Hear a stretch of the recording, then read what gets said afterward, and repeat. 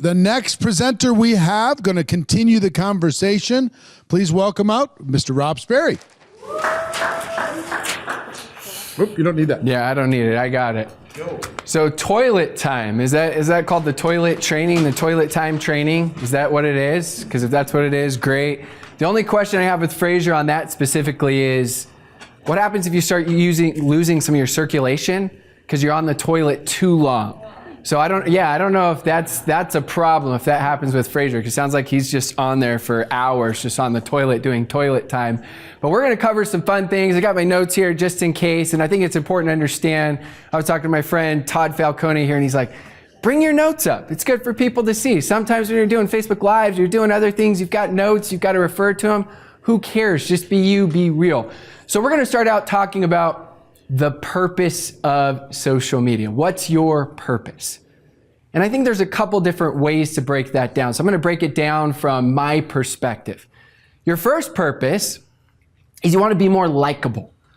People don't do business, for the most part, with people they don't like. They're not going to network with you if they can't stand you, if they don't like you at all.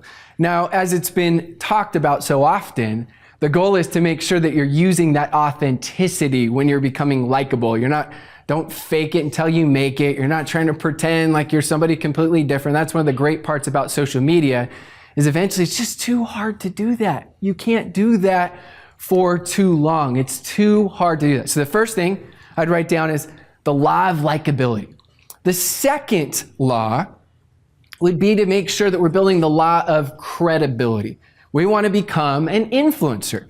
We want to build our credibility because we all have that friend or that family member that we love so much, but you'd probably never refer them to do any type of business. You may not even network with them because they haven't built that credibility. And so social media is a great platform where you can start to begin that credibility. Of course, you have to build it offline as well.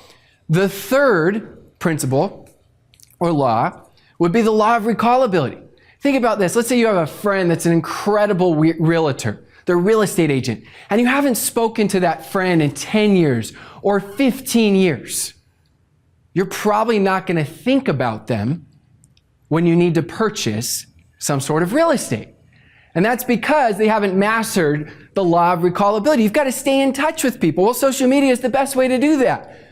Because yes, I do believe what Fraser said, it's true that Facebook Messenger is the most important app you have for Facebook. It's the most important tool to building your business.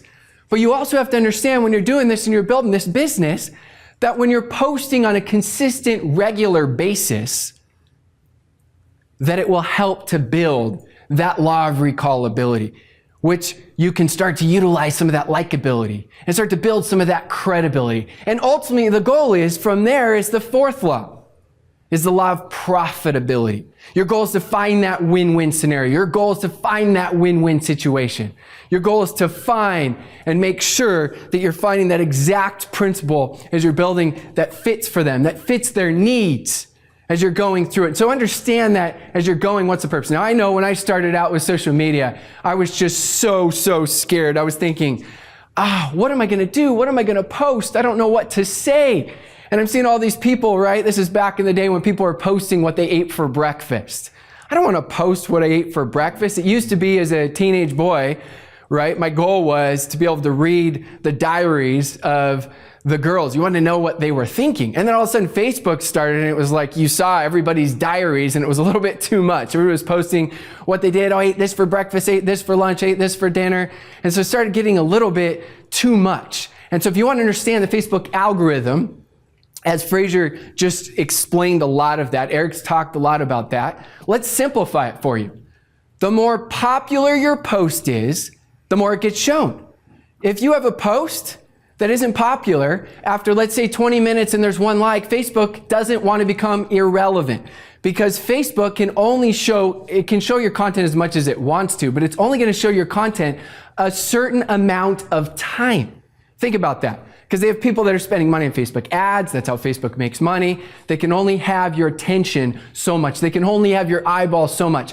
So if they're showing irrelevant content, then Facebook will become irrelevant. Facebook doesn't want to become irrelevant. So the more popular your post is, the more Facebook's going to say, That's popular content. I want to show that content to more and more people. So likes and comments, interaction, and shares bring more exposure, which can bring more likes and comments and even more interaction, which can create, right, help you for that law of likability, law of credibility, law of recallability. And ultimately, you transition those likes and comments and interaction into money. Hopefully, you transition those into conversations on Messenger.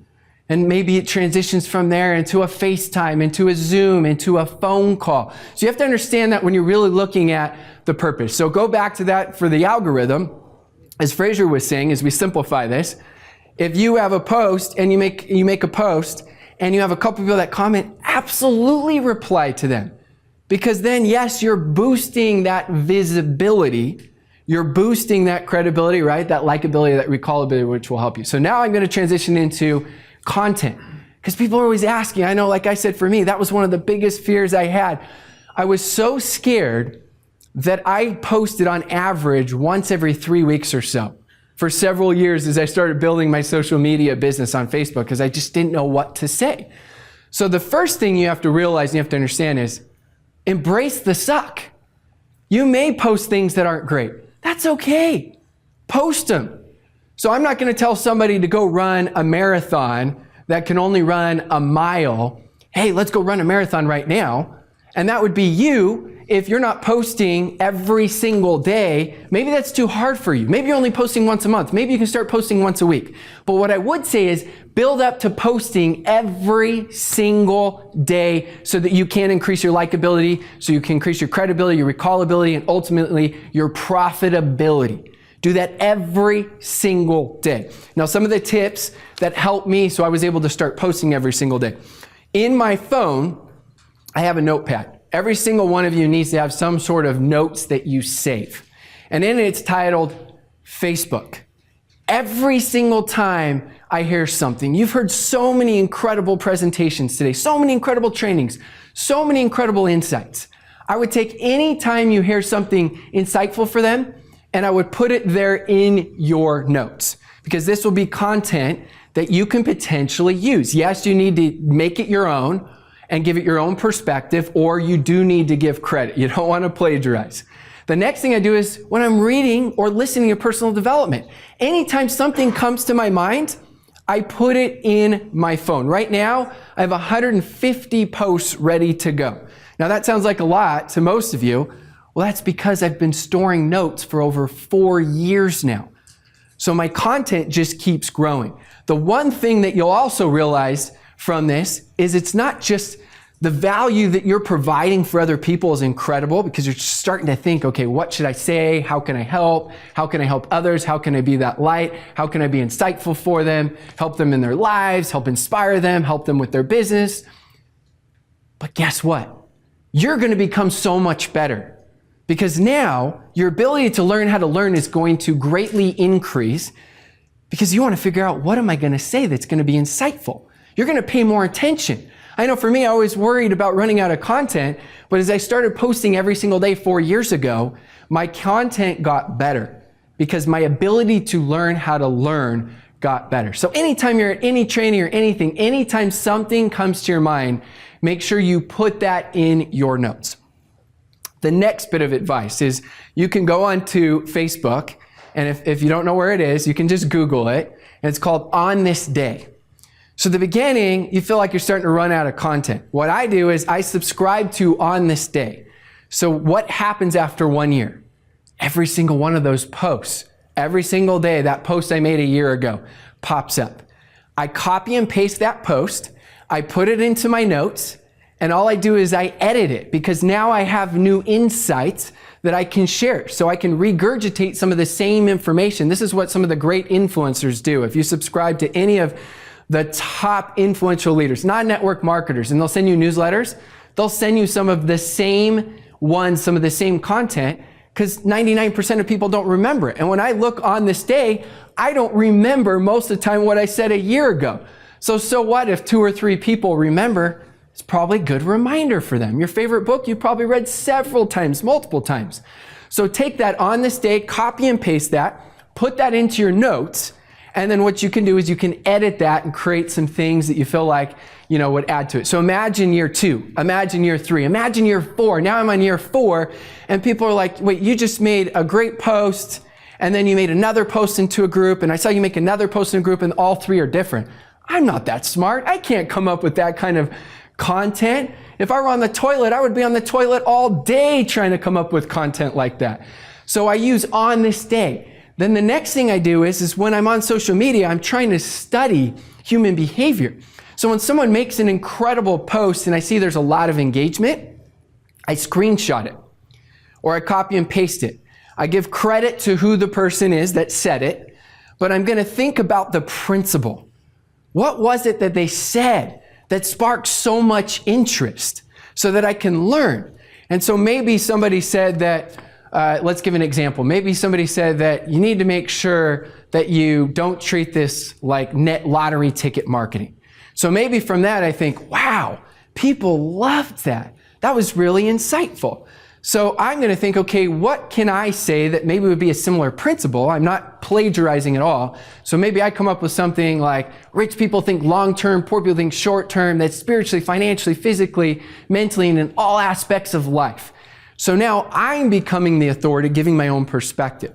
If you do share quotes, most of the time, not always, you want to become the authority figure. So it's okay to share quotes, or maybe your influencer said something that's incredible, your mentor, but why not give your own insight, your own perspective, so you can share that authority. So you can share that authority, but you can also borrow some of that credibility. And so that would be the next bit of advice, is I would just make sure that you're sharing that credibility, you're sharing some of that influence. I think I covered most of those things. And then the other thing I would say is we're talking about the purpose. The purpose of Facebook is turning strangers into friends, and friends into family, and it's maintaining those friendships as well. So be real when you're on social media. Don't go out there and spam. When somebody knocks on your door and they want to solicit you something and you're in the middle of dinner, you're not so excited. Oh yeah, I'm so excited. Somebody's coming to sell me something. Or when a telemarketer calls you up and they're there to sell you something, you're not so excited. Or if you are watching TV and you're watching your favorite, whatever, your sports team or your favorite TV show and a commercial comes up, you're like, yes, a commercial came on, I'm so excited. Well, that's how people feel when they go on social media. They're not going on there to be sold by you. They're not going on there to be spammed by you. The best marketers, the best commercials don't go on and just pitch. They're providing value. They're giving. They're telling a story. I'll give you an example. If your company is, let's say just a random example, or 100% generic. Let's say it's a weight loss type company.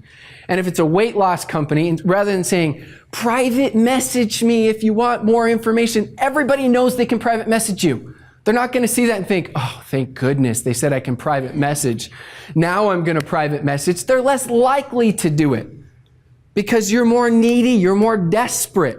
So instead, why not share an experience? Maybe it's your friend that had a baby 3 years ago and hasn't been able to lose the baby weight. There's a powerful story there.